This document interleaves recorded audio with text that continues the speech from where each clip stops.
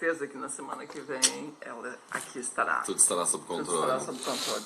A gente falava de coisas mundanas, né? O Zunho falou que, que chatice, que, assim, claro que uma greve é um instrumento e eu, assim, também, em princípio, apoio as greves todas, entendeu?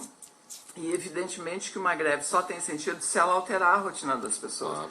Porque se uma classe trabalhadora fizer uma greve e ninguém notar, algo está errado. Acho pouco provável que eles consigam alguma coisa, algum retorno. É verdade. Neste caso dos bancos, que a gente estava falando especificamente, está tendo resultado. Porque enfim, assim como os Correios, acho que os Correios já voltaram. Os Correios, mas volta e vem evado. Correio, e todo ano tem, e assim como esse negócio dos professores que, desde a Idade Média, mais ou menos. Né? Acho que inventaram a classe dos... Não, mas é uma classe que realmente não tem como, o governo brasileiro não consegue, né? Não há espaço para valorizar essa que é uma função fundamental. Né? Isso é inacreditável. Assim. A gente estava discutindo isso até no jantar com os amigos e falando que cada vez que assim, tem alguns estudiosos do ensino que pensam, pessoas que têm pensado o ensino e que dizem que que até essa relação como ela é hoje, professor-aluno, ela vai se extinguir, ela vai acabar. Porque cada vez menos o papel do professor tem força com relação à turma de alunos, né? Da maneira como era muitos anos atrás. Mas como assim vai se extinguir? Quem vai fazer esse papel? A relação vai ser outra. A relação vai ser, ele vai ser um facilitador da informação entre os que querem aprender e a informação em si. Sei lá, eu também não tenho muitos detalhes assim de como vai ser isso, são hipóteses, óbvio que ainda existe, mas é que todo o estudo, na real, ele é muito feito em cima de que toda relação de poder e hierarquia,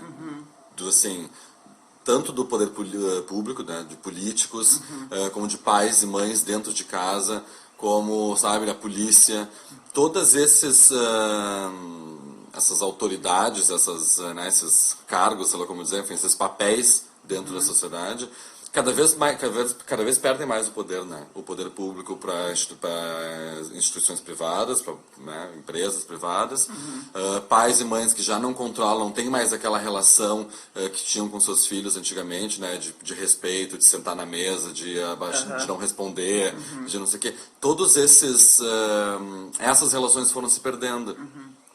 E a do professor é a única que se mantém, mas não se mantém, né? Se mantém o papel do cara lá na frente do quadro negro, tentando ensinar, tentando manter uma ordem, e essa ordem já não existe mais, porque como os pais não têm mais o respeito a relação de respeito pai e filho já não é mais a mesma, né? Às vezes o pai chega em casa e tem que pedir autorização do filho para mudar o canal da televisão, ou o filho dá uma puteada no pai que está com fome e o pai não sentou na mesa ainda para comer, sabe? E essa relação, então, consequentemente, o professor também perde o respeito, né, o poder, porque os pais depositam na escola a educação que eles não dão. Que eles não dão mais. Ficam culpados porque eles trabalham. E aí, então eles acham que dar o presente é a forma de carinho, ou que, enfim. Então, só que quando o professor cobra, o aluno tem o aluno adquiriu através dos pais e da própria instituição do colégio de não respeitar. Com quem que tu acha que tu tá falando? Tu sabe quem eu sou? Sabe? Um fedelho de 8 anos de idade dizendo pro professor. E acontece muito isso, e não só em escolas privadas, né? E então discute-se que e hoje tem uma outra coisa, né? Que é a democratização da informação. Então, talvez por isso se pense que no futuro um professor vai ser mais um facilitador de acesso ou de entendimento da informação. Na verdade, é isso que ele é, né? Isso mesmo, só que antes ele tá lá assim... mas é que hoje realmente eu acho no mundo pré-Google, no mundo assim, quando as crianças não tinham telefone celular, que hoje tem, né? Eu sei de pessoas que têm 7 anos de idade. Pesquisa em enciclopédia. Em Barça, em coisa, sabe? Exato, eu peguei isso ainda. Também. E é claro, então tu tem um professor que ele vai te ensinar tudo. O resto é assim, é para tu tentar ir atrás de uma informação além. É a Barça, são os livros, coisas que tu vai te aprimorar, vai pegar um detalhe maior. Mas o professor tá ali para te ensinar matemática, por exemplo, que, sei lá, não é tão comum alguém... Que literatura tá, tu vai lá, pega o livro, tu começa mais ou menos a entender quem é muito afim, né, assíduo das leituras.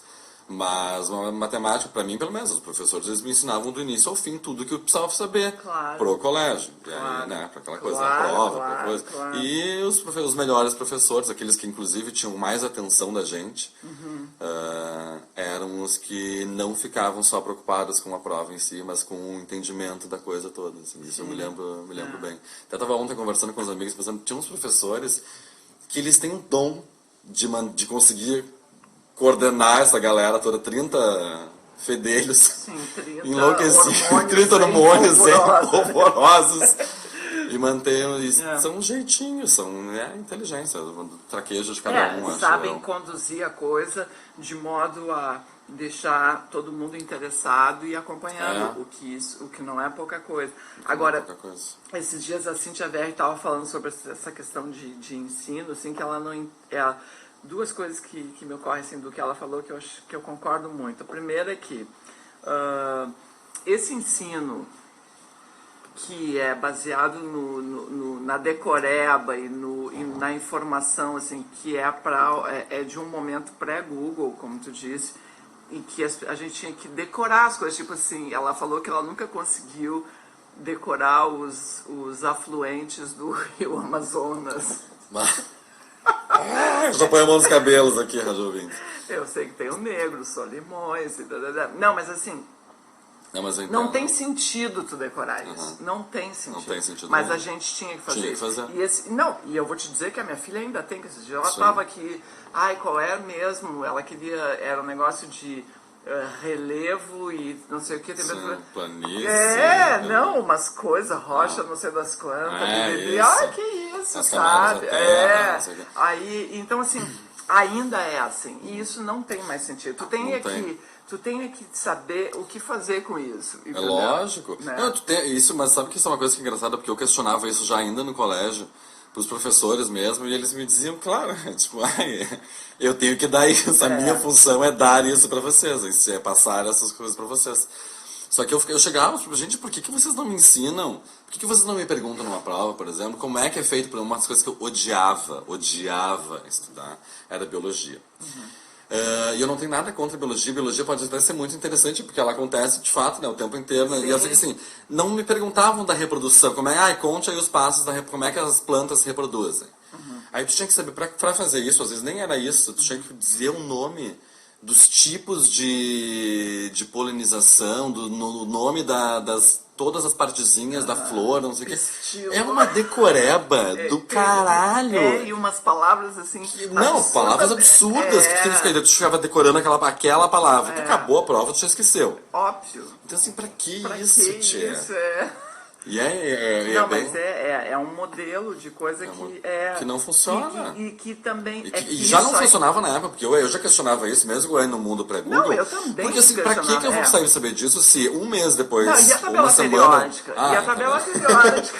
Mas eu acho que eu podia consultar, será que não? Meu fantasma, era química. Era tabela periódica. Eu ia bem em química. A única coisa que eu lembro da tabela periódica é que potássio é K. Super útil. Super útil. É que tá, química eu me lembro que eu gostava, mas eu tinha um bom professor. Não, aí que tá. Então, assim, essa lógica, ela vai até o vestibular, porque o vestibular é uma decoreba. Claro, é uma decoreba. Muita coisa do vestibular é uma decoreba. E essa prova de cruzinha é uma decoreba. Então, tu vai, assim, aí se a tua memória visual for boa, tu consegue até acertar. Né? Claro, tem gente que decora a gente que lembra bem as coisas. Né? Gente porque não tem se outro dedica jeito. pra isso, pra decorar agora todas as coisas. Agora não tem outro jeito, né? Você tem que decorar as fórmulas todas, de matemática, de química, de tudo. Então, é o festival da decoreba. E isso não serve pra nada. Não serve pra nada.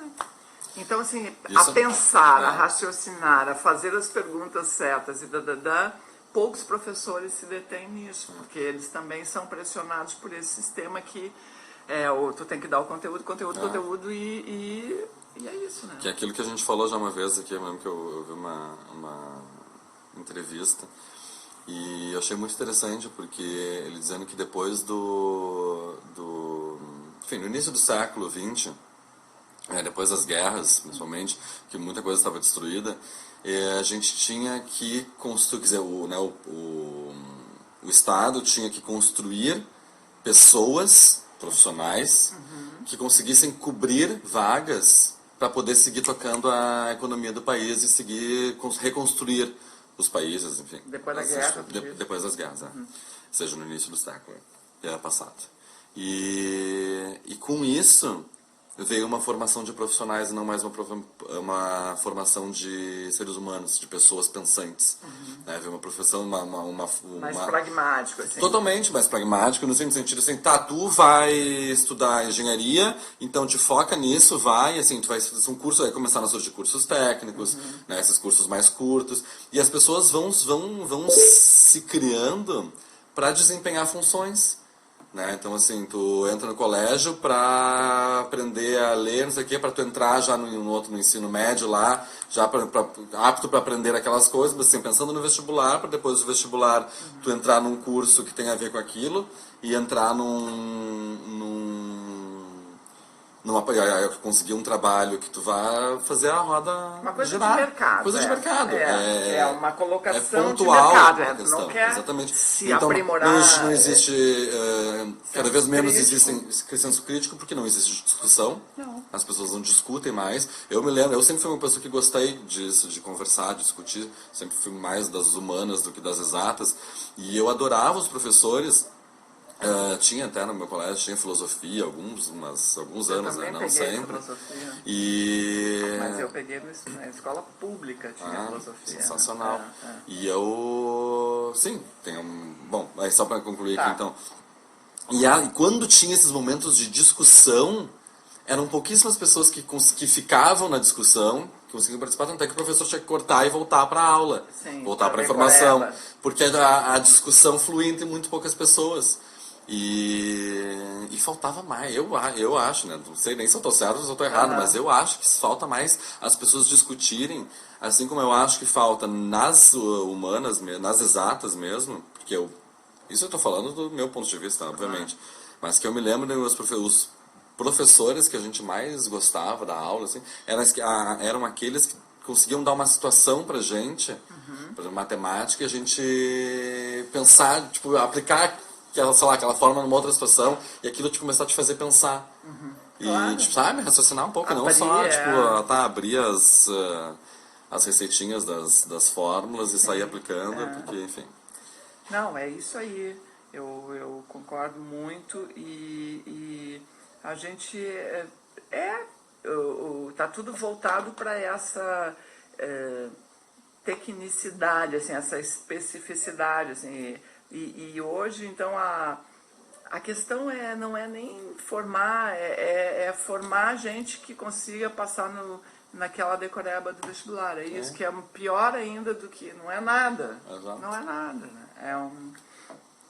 Agora, e, como se não bastasse tudo isso, como é que tu vai cobrar disso dos professores que, assim, que eles se empenhem mais, que eles se realmente é uma das profissões mais importantes que tem pro futuro do mundo, absolutamente desprezado, assim, tipo, professora, é quase motivo de pena. O que tu faz, a professora?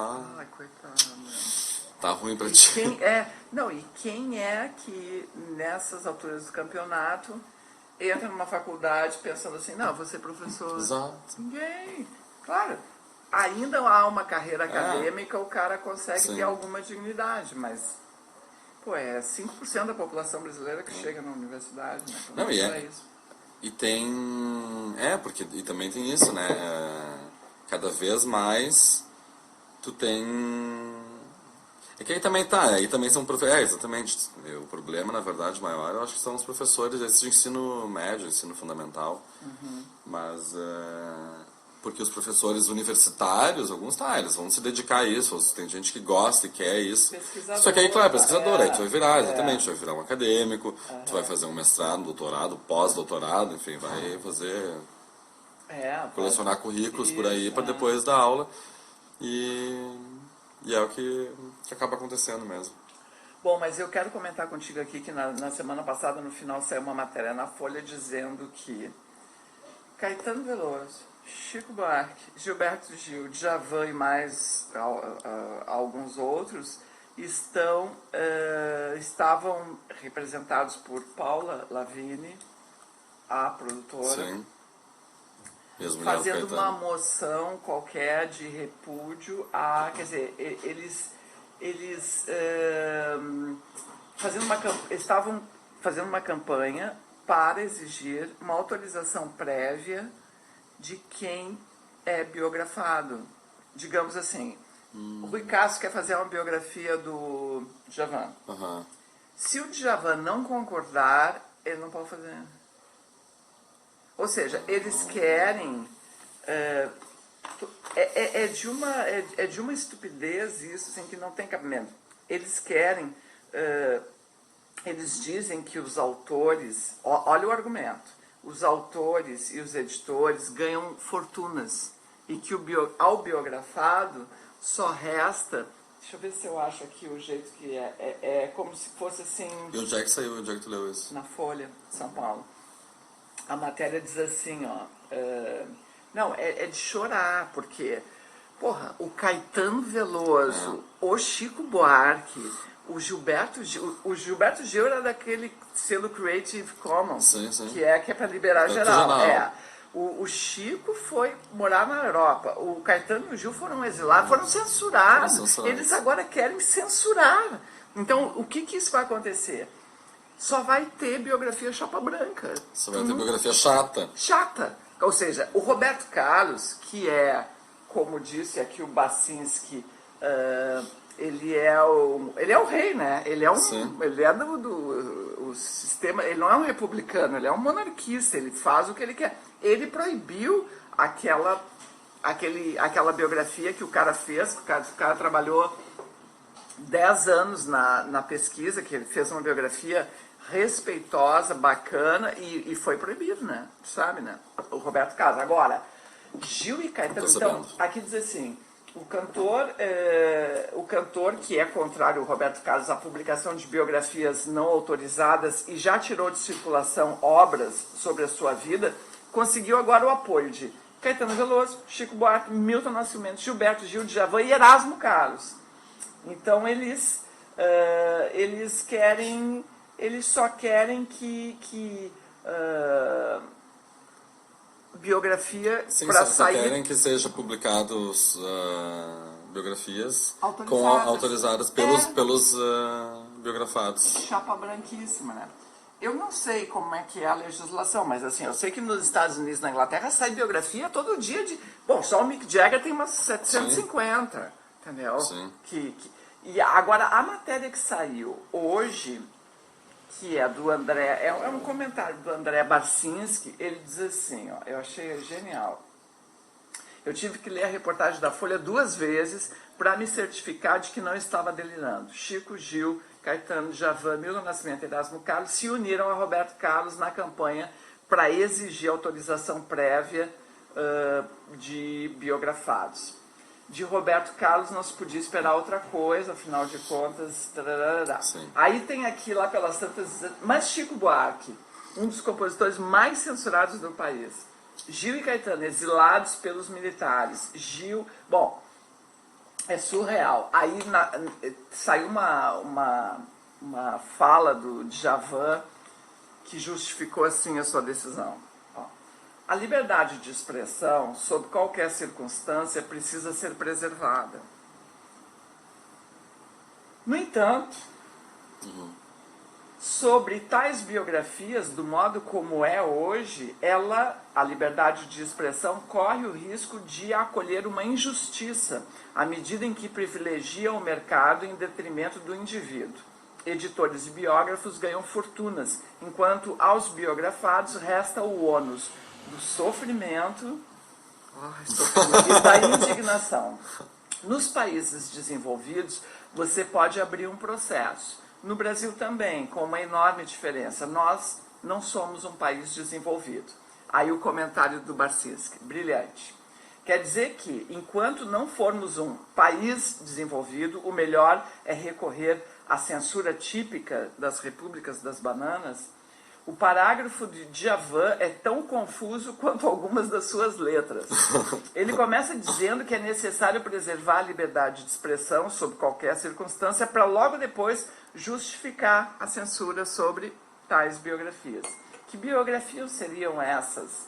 As que o Djavan e os amigos não aprovam? Bom, enfim... Em setembro, durante a Bienal do Livro, Rui Castro leu um manifesto assinado por 47 nomes, incluindo o historiador Boris Fausto, o escritor Cristóvão Tesa, o poeta Ferreira Goulart, o cineasta Nelson Pereira dos Santos e o jornalista Carlos Heitor Coni, contra a suspensão da tramitação do projeto de lei que libera a publicação de biografias sem autorização dos retratados. Quer dizer, esse projeto estava tramitando, foi suspenso e o Rui Castro e esses outros entraram contra essa suspensão. Porque, aí diz assim, um dos trechos do manifesto diz assim, a dispensa do consentimento prévio do biografado não confere ao autor imunidade sobre as consequências do que escrever, óbvio. Em casos de abuso de direito, uso de informações falsas e ofensivas à honra, a lei já contém os mecanismos inibidores e as punições adequadas à proteção dos direitos de personalidade. Ninguém é a favor de biografias mentirosas, né? Agora, também, só biografia chapa branca não dá. Não, é o fim da... eu não consigo entender. É muito louco.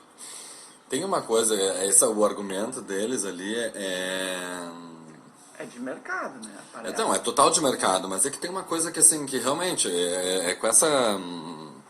Mas eu acho que, sei lá, eu tô aqui pensando e não falo nada. Mas, sim, primeira coisa que eu penso é assim, tipo, isso não faz sentido nenhum. Pela história deles, pelo fato da biografia. Então vamos abolir a biografia, porque eu não tenho vontade nenhuma de ler as coisas que eu já sei. As coisas que estão, sei lá, na internet, as histórias deles, dos festivais, de como se criaram. Edulcorada, o passado revisto e sempre...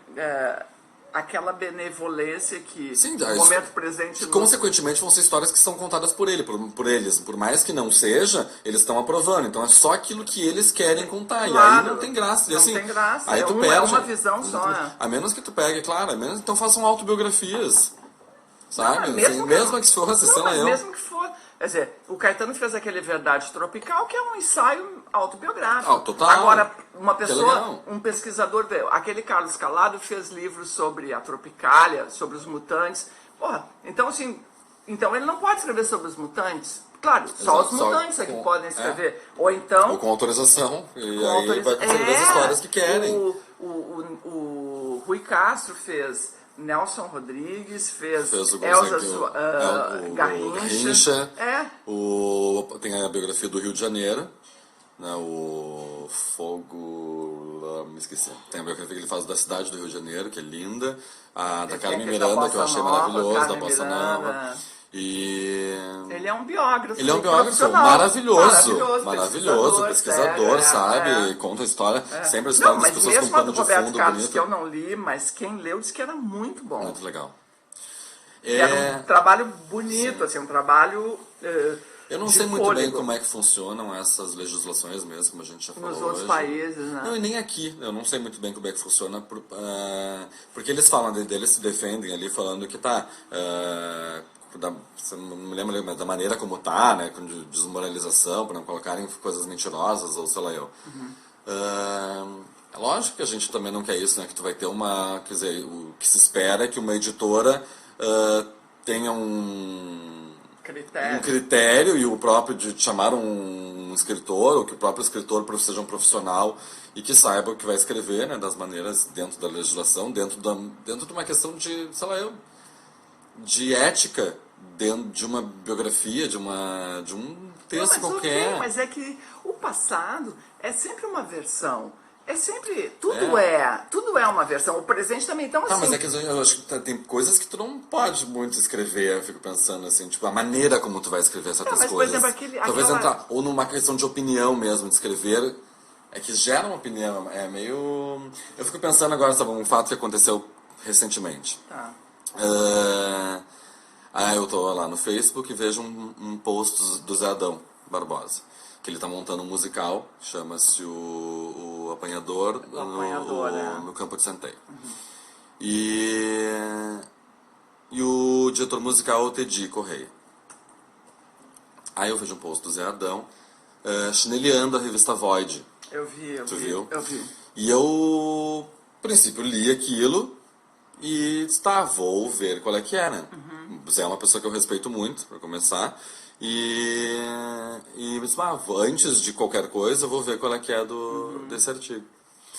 E aí eles publicam, a revista Void publica, que é uma produção independente, eles têm essa linguajar informal, e ok, por um lado, maravilhoso, muito legal que eu fale de música, fale informalmente, acesse um público jovem, até o próprio Zé dizia, eu distribuí essa revista na casa de teatro, que é a casa dele, né, que é a escola dele. Sim. E eles fizeram uma matéria que não é assinada por um tal de Ratazana Void, chineleando o Teddy Correia. Tu leu a matéria? Eu li a matéria. Não li a matéria, li o trecho que... Eu li... Tu leu o comentário do Zé, só? Eu li, mas eu acho que eu li... Ele botou, ele comentou com a foto da coisa. E eu achei aquilo de uma falta de respeito, porque assim... Não é uma crítica ao espetáculo, o espetáculo nem estreou, para começar. Não é uma crítica ao espetáculo. Não é uma crítica a ele. É uma maledicência, mas é uma coisa, tipo... É pessoal, assim, o escritor odeia o Teddy Correia. Sim. E fez questão de chama ele de chapado, dizendo onde é que tu comprou esse bagulho aí quando tu escreveu não sei o quê. Então tem todas umas coisas que tu fica assim, tipo, por que esse ser humano tá escrevendo isso sobre ele? O Zé coloca, assim, sensato, coloca assim, ninguém é obrigado a gostar do trabalho dele. Agora, escrever as coisas que se escreveu da maneira como se escreveu é de uma falta de ética, de respeito, assim, tipo, não faz... Eu lendo aquilo, não faz sentido um ser humano escrever uma coisa dessas, entendeu? Não é pra criticar o trabalho dele, não é pra falar... Quer falar mal do nenhum de nós, quer falar mal do Teddy enquanto cantor, enfim, sei lá, mas, assim, tu já chinelear que o cara escreveu não sei o quê, porque ele tava fumando um baseado, que ele devia provavelmente ter fumado um negócio muito bom, e não sei o quê, onde é que tu conseguiu essa mão, me dá o contato, algumas coisas assim, tu fica dura, por que tu tá escrevendo isso? Já me chineleou. Sério? Na verdade, chineleou o sarau elétrico. Falaram trimal, falaram... qualquer merda, assim, tipo... eu não me lembro, mas já foi sei lá, acho que foi o ano passado, assim. Foi ano passado, não faz tanto tempo, assim. Não, alguém me mostraram, assim, tinha lá no Ocidente, e aí me mostraram. Eu nem me lembro, é que eu tenho essa... eu esqueço as coisas, né? Seletiva. Mas, assim, memória seletiva. Era uma coisa assim, tipo, que merda, quem é que quer vir nessa coisa aí? Sim. Quem é que vai querer ver esse troço? Coisa mais idiota, esse sarau, não sei o quê. Mas assim, o estilo... É um troço antigo de achar que, falando mal, tu vai... É uma coisa moderninha, assim, tipo, sem fundamento nenhum, sem inteligência, sem cultura, sem nada. Um evento que dura 14 anos. Qual é o evento no Brasil, cultural, dessa natureza que dura 14 anos? Mas assim, sabe, Você pode não gostar. Agora tu me dizer que é ruim? Não. Dura 14 anos. Vamos combinar que já é um evento de sucesso. Assim, então... É esse tipo de coisa. Aí, voltando para as biografias, eu entendo um pouco o medo da coisa virar uma coisa chinelona e qualquer um publicar o que quiser. Talvez seja um pouco isso, talvez. Mas eu acho que tem que ter a biografia oficial de uma editora, de uma... Não, eu acho que não tem nada a ver, entendeu?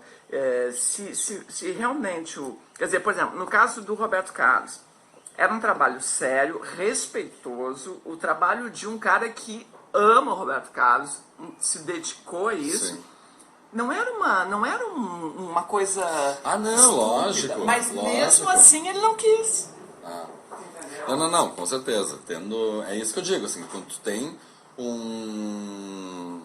tu tens um profissional né? Tu sabe que assim, que é uma editora que vai publicar, uma editora séria que vai publicar, um escritor estudioso, atento, sabe? Que é ligado a isso. Não, mas olha só, se alguém quer fazer um Se trabalho... eu quero fazer, por exemplo. Tu quer fazer uma biografia difamatória minha. Tu vai escrever A Vida Secreta de Cachaça. Vai falar que eu faço horrores, que eu... Tudo mentira. Tá. Eu vou te processar. Eu vou te processar e vou dizer, não, peraí, essa pessoa tá louca, não é nada disso. Sim, eu vou entrar saber. com... As pessoas vão saber que aquela biografia é uma merda.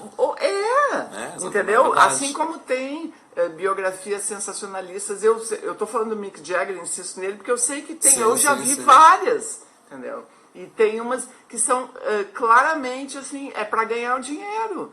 E, no entanto, diante de uma legislação que permite, cara, todo mundo vai ter que ser responsabilizado por aquela obra que faz, entendeu? Então, assim, se tu vai me falar, tu vai me difamar, eu vou entrar com o advogado e eu vou te incomodar, entendeu? Quer dizer, essa prerrogativa, ela, apesar do Djavan não saber, ela também existe no Brasil. Se a justiça é mais lenta ou não, é outra coisa. Não, isso com certeza. Né? Agora, eu fiquei me lembrando daquele livro Mate-me, por favor, o Please Kill Me, que são dois caras que fizeram, mas na real, o livro é uma sucessão de depoimentos. Então, assim, pega lá o Joe Ramone e o cara lá, o Sid Vicious, não sei o que, cada um vai contar... vai dar o seu ponto de vista de uma cena que rolou. Então, é óbvio que nem entre eles vai haver consenso. Porque cada um vê de um jeito, entendeu? Então, cada um vai dar a sua versão. E elas podem ser, inclusive, conflitantes. Eu disse, não, mas naquele dia não, aquele episódio foi assim. Não foi assim, foi assado. E tu ter essa possibilidade de reunir vários olhares... Isso é que é o enriquecedor, entendeu? Mesmo que, claro, que vai ter picareta querendo, mas, olha, sempre teve. Mas não é isso, que eles estão proibindo, inclusive, o trabalho do Rui Castro. Sim. O Rui Castro não pode mais fazer a biografia agora, porque senão, ele se incomodou, ele disse que teve, parece que a do Garrincha foi recolhida porque os herdeiros querem ganhar dinheiro. Agora, tu diz? Ou na época? Logo depois que foi lançado, não sei se foi... acho que foi o Garrincha, assim, que foi meio que teve um negócio de ser recolhido, não me lembro direito. Eu tenho o Garrincha, ele é muito, muito bom. Eu gosto muito do trabalho do Rui Castro. Cara. Acho que tem toda a razão, Kátia, na real. Conversando, entendeu? assim, discutindo, acho que é isso aí. Claro, o ideal não é que tenha uns pilantra querendo contar a história, mas pode ter. Né? E aí tu vai te defender e tu vai divulgar que aquilo ali é uma merda. Se tu quer ler a história da minha vida, não lê essa, porque essa aí é uma... Não, Pois é. Enfim, mas eu fico assim completamente sem entender, né, as motivações reais, porque, porra, Caetano. Pessoas que Caetano Veloso. Que isso? Tá cuspindo na própria biografia. Na própria biografia. Tá cuspindo na própria biografia. Isso vai pra tua biografia. Isso vai pra tua biografia. Mesmo pra autorizar. Ele não vai deixar essa parte. Ele não vai deixar essa... Tira aquela parte que eu censurei. Que eu censurei, que eu entrei num grupo. Não, é muito nada a ver com, né, é muito conflitante. Tu vai querer morder. Ele tá bem louco, o gato, hoje. Ele tá mordendo, tira. Mas aquilo vai me... Não, parei. Não me arranha, falar. Ele te arranha. Vai falar, vai. Não arranha, ele não arranha. Mas enfim, ontem eu fui, deixa eu te contar, ontem eu fui ver o Alma Imoral de novo. Tu já viu? É tão bonito. Milton Bonder. Eu preciso agora... E a atriz é a Clarice Nisquier. É lindo, é um texto bárbaro, assim. É uma coisa de filosofia mesmo, entendeu? Sim. E ela faz o espetáculo nua. Ela fica conversando, assim, sobre... É lindo, assim, é muito bacana. E ela é uma atriz, assim...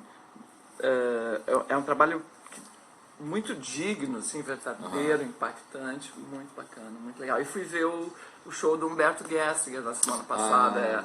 cheia de atividade, Cheia de cheia atividade de programação cultural. cultural. Bom, né? Bom, né? Bem bom. E o Show foi muito bom?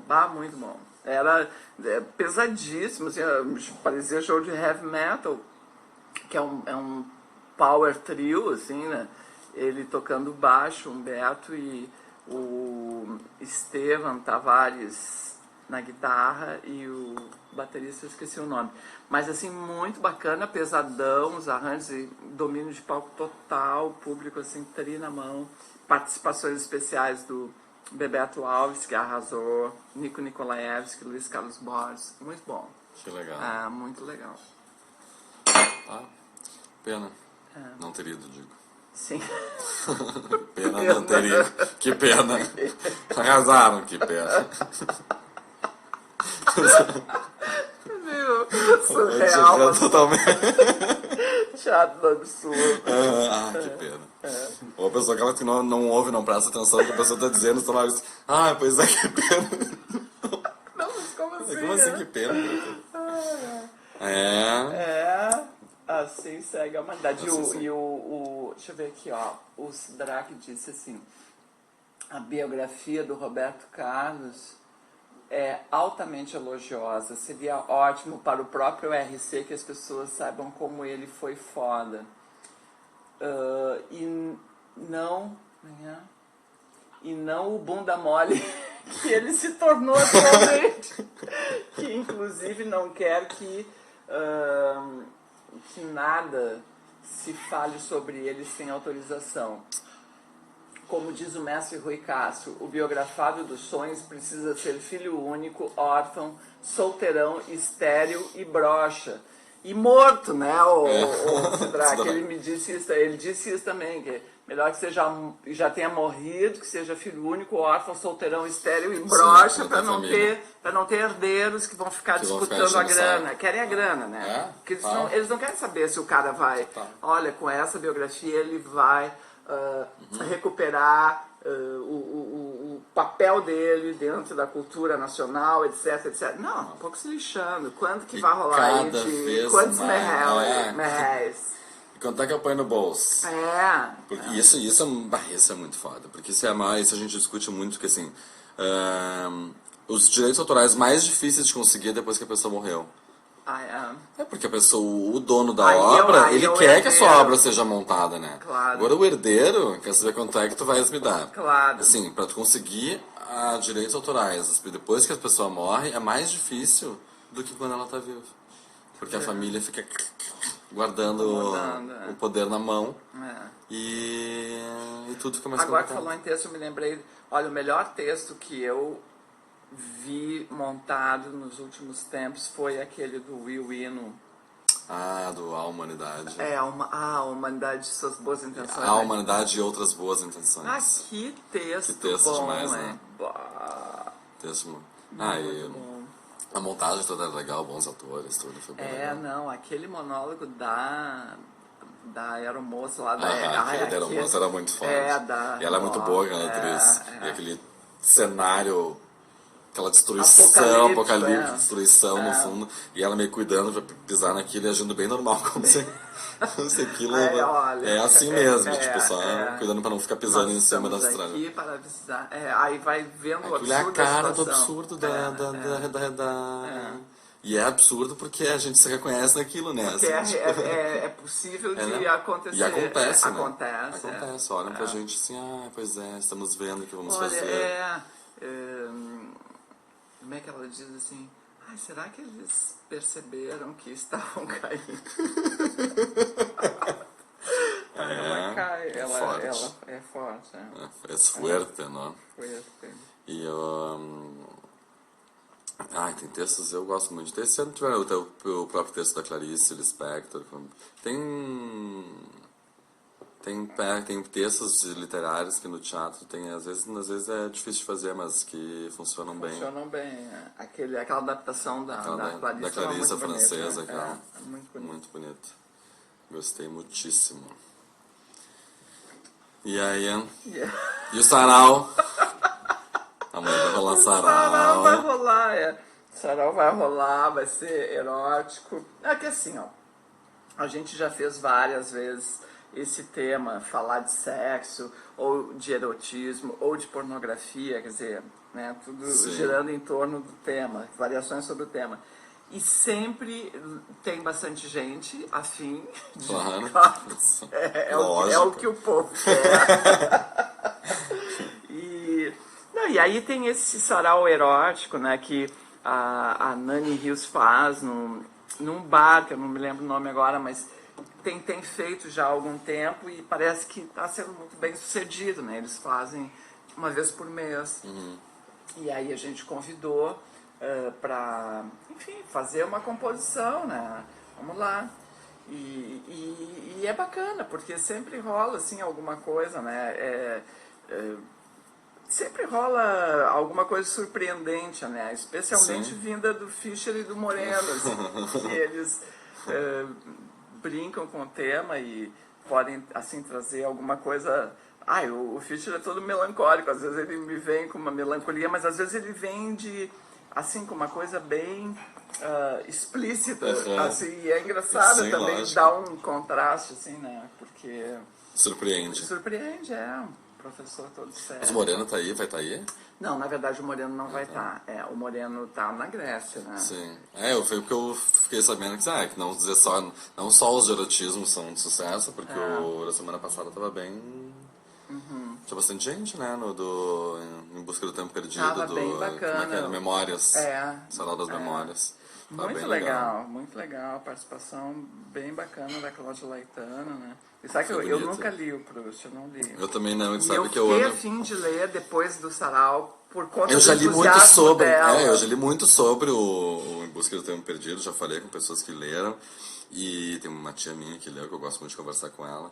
E enfim, já vi vídeos e coisas. E eu tô numa fase... dizem que aos 28 anos, que não sei o que. Essa minha tia mesmo que me disse isso, que ela é ligada em astrologias também, diz que aos 28 anos é quando tu tá não sei onde em Saturno, que é o que rege o tempo. Basicamente é um lance assim. Tá, E eu, isso mas é bom pra ler. não, é que nem independente disso ou não, eu de fato tô numa fase pensando muito sobre o tempo, sobre memórias, por isso eu fiquei com muita vontade de ir também no sarau. Que eu já gosto de ir por si só. Mas esse tema de memórias, tempo, coisa, tenho tomado meu tempo pensando nisso. E fiquei pensando se não seria um bom momento de ler o Proust. Pois é. E aqui o Sidraque, mudando de assunto, está nos perguntando se a gente não comentou a coisa da Marina. Da Marina ter entrado lá pro PSB, né? Com o Eduardo Campos. Olha, eu vou te dizer que essa Marina nunca me... eu nunca fui dei a muito... mínima pra Marina. Não, eu nunca dei muito crédito pra... eu nunca achei que... Eu tinha um pé atrás com ela em relação a essa coisa dela ser evangélica. E eu não sei, eu nunca achei que ela tivesse assim, como é que eu vou dizer, o aparato pessoal necessário para conduzir um país, entendeu? Eu acho que ela até achava assim que das coisas que eu li, eu via e tal, que assim, enquanto ela comandou lá o negócio do meio ambiente, que ela fez um bom trabalho, mas uma coisa é tu comandar uma pasta, assim, outra coisa é tu gerenciar e articular, né? Sim. Enfim, ter o cargo mais importante, articulador e decisivo para a nação. Então, assim, isso parece, quem vê assim de fora, acha que a Dilma Rousseff, ela é uma pessoa talhada para isso, uma pessoa que sabe mandar, que parece que gosta de mandar, que é da... No entanto, ela também tá meio assim... Uma coisa é quando tu vota, com a aparência que tu tem quando tu vota, depois tu vê o resultado de como a pessoa realmente está lidando com a administração. A pessoa se adaptou àquele esquema ali que é a coisa estrutural da política brasileira, que é quem manda mesmo é o tal do baixo clero, que é a maioria, que é esses caras que só querem saber de todos os partidos, só querem saber de cargo e grana, cargo e grana, cargo e grana, o resto que se foda. Então, assim, se tu tem a maioria de pessoas pensando só nisso, e tu precisa delas para aprovar os troços que tu propõe, tu fica da mão deles, e eles é que vão ser eles é que vão ser colocados em cargos estratégicos, portanto, vão estar governando junto, e aí tu não consegue fazer porra nenhuma. Eu imagino que seja assim, tipo, enlouquecedor, entendeu? Agora, o dia que eu imaginava que a Dilma pudesse ser a pessoa que ia botar o pau na mesa e ia dizer, não, vou dar uma limpa aqui. Só que eu fico pensando, se limpar não tem quem botar, porque quem é que vai quem? Mas é limpar o quê? Limpar, tirar esses caras de corruptos, esses caras dos partidos aliados, Tá. Os tirar cargos esses caras de dos confiança cargos, ali, os cargos importantes. Não os deputados, porque deputado... Não, deputado e senador, deputado, senador e esses que saem, às vezes o cara tem um cargo, ele sai, ele deixa de ser, abre mão de deputado para ser o cara lá, que é o bambambam da, sei lá, sim, companhia siderurgia, não sei o quê, ou o Banco do Brasil, ou não sei o quê. Essas estatais de dinheiro, sim. em que o governo vai... São cargos, assim como o secretário não sei das quantas, ou tem lá o ministro e tem o cara que é o que está fazendo toda a gestão e execução dentro do gabinete. Enfim, esses cargos são todos eles leiloados para a base aliada. Ou seja, tu não consegue fazer mudança nenhuma. Tu tá dialogando com gente que não está interessada também em nada, só quer manter o que está, os privilégios. E as bases, né? Porque tem tantos conchavos, tem tantas alianças que tu tem que preencher, às vezes tu tem que colocar pessoas nesses cargos para cumprir as promessas. As promessas que foram feitas antes, né? As ajudas que foram recebidas antes. E a Marina, quer dizer, é óbvio que a bancada evangélica, que é numerosa e que consegue arrebanhar muitos milhões de fiéis, então assim, é assustador, porque enfim, eu acho que foi bom que ela não tenha conseguido fazer o partido dela e que tenha mostrado realmente qual é a dela, né? Ela quer se colocar também, como todos, mas enfim. Mas é complicado. Perigoso. É perigoso. Aqui saiu na Folha também, ó.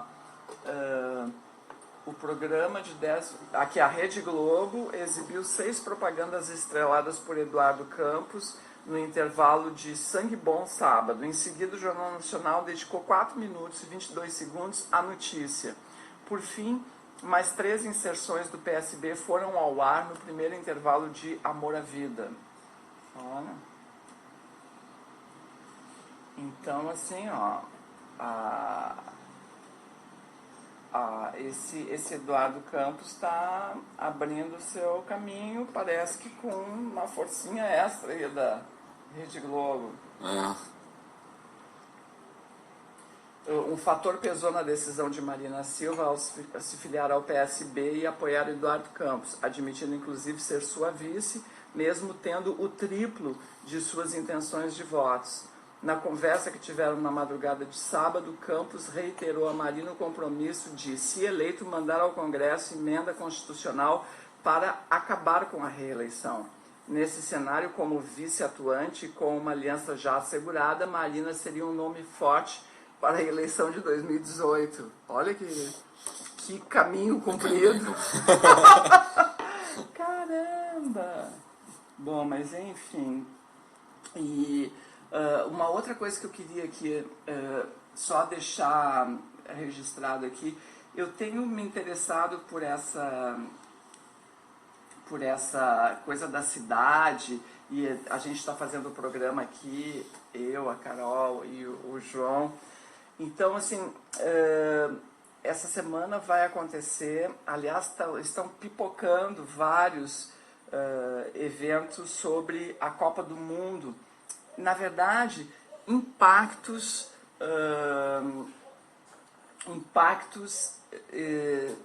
positivos e negativos de grandes eventos. Então, assim, agora, quarta e quinta, dias 9 e 10, vai acontecer o seminário Metropolização e Mega Eventos, Impactos da Copa 2014 na Metrópole de Porto Alegre.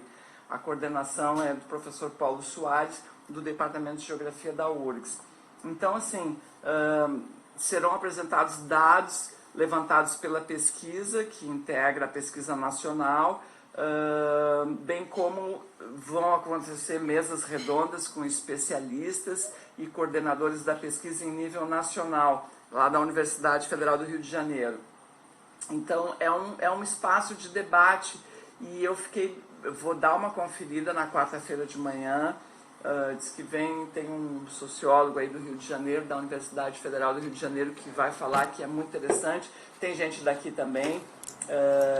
E eu estou bem, enfim, vai acontecer quarta-feira no Salão Nobre da Faculdade de Direito da URGS e na quinta-feira é no auditório da Faculdade de Arquitetura, ali na Sarmento Leite. Então, essa é uma das coisas que eu queria falar. A outra coisa é o arquiteto Marcelo Alê, que a gente já entrevistou aqui no Cidade Elétrica. Ele tem, eu não sei se o projeto é dele, mas é o projeto de um museu, como é que é o nome? É um museu na beira do Guaíba, entendeu? Que dialoga com a água. É uma coisa assim, é sensacional. Deixa eu ver. A pessoa dialoga com a água? Dialoga com a água quer dizer que ele tá, assim, ele fica na beira do. O projeto é isso, é na beira do rio. E ele traz aqui, ó, olha só. Esse aqui, aqui tem um projeto, eu posso até. É aqui, ó, olha que lindo. De que é isso? É um projeto para fazer aqui na beira do Guaíba, um projeto. Tá, mas é um projeto do quê? De um museu, mas eu queria ver como é incrível. É incrível, né? Aqui, ó. Deixa eu ver se ele fala mais aqui sobre isso. Aqui, ó. O programa é feito assim, Museu das Águas na quarta-feira. Apresentação Museu das Águas de Porto Alegre, MUSA, uma proposta diferenciada de museu para o Rio Grande do Sul, com o engenheiro Luiz Antônio Tingrassi, fará a exposição do histórico e filosofia do museu. Os arquitetos Marcelo Alê e Giovanna Becker abordarão o projeto arquitetônico e o programa. Isso aconteceu na quarta-feira passada. E aí eu me lembrei de um outro lugar que dialoga com as águas, que o meu sobrinho, que é músico, ele me falou desse museu e eu fui conferir as imagens. Eu não conheço. Em Amsterdã tem um clube de jazz na beira de um daqueles canais, que é incrível. E aqui eu vou procurar aqui. Assim, ó, os ouvintes devem estar achando o programa um porre, porque a coisa não acontece, né? Então é um troço lindo. O bar. É um clube de jazz que existe desde o final dos anos 70. Aqui, ó. E aqui, ó. Não, e aí assim. Non-fiction, Binhuis, esse é o nome, Então, assim, ele quando está escurecendo, o fundo do palco é vidro. Então, eles podem usar a paisagem como cenário, como aqui, ó, tá vendo? Eles estão tocando ali, ó, e lá atrás é vidro, tá vendo? Nós vamos postar no Facebook isso aqui, Rádio Ouvintes. Pra não ficar aquela água na boca, aquela coisa. O que vocês estão falando aí que eu não tô entendendo nada? Binhuis, esse é o nome do clube de jazz, é um lugar de... Aqui tem outros, que ó. Demais. Que demais, né? Não, é o uso bacana e interessante para nossa orla. Sim, e não fazer um espigão para a cidade, claro. Fazer um espigão, ou então uma freeway, como... E um espaço que seja público, né? Que as pessoas realmente possam curtir, aproveitar. Eu vou postar aqui. E usufruir da orla, de fato, né? Curtindo outras coisas. Tá, ouvintes, então acho que deu para nós ver que é. Põe o projeto do museu, dá para botar o projeto do museu também? Vou, do Musa. Musa. Eu vou botar. Ouvintes, vamos lá, se engajem, participem, procurem saber, vamos lá, porque assim, a cidade é nossa e ela vai ficar com a nossa cara. Então, se ninguém tá nem aí, quem vai tomar conta, aliás, já tomou, são as empreiteiras, né? lógico. E eles não estão interessados em nada, só em vender lógico. espaço, metro construído, né? É isso aí. Feitoria, Feitoria. desculpa aí qualquer coisa. Beijos, Valeu, tchau. gente.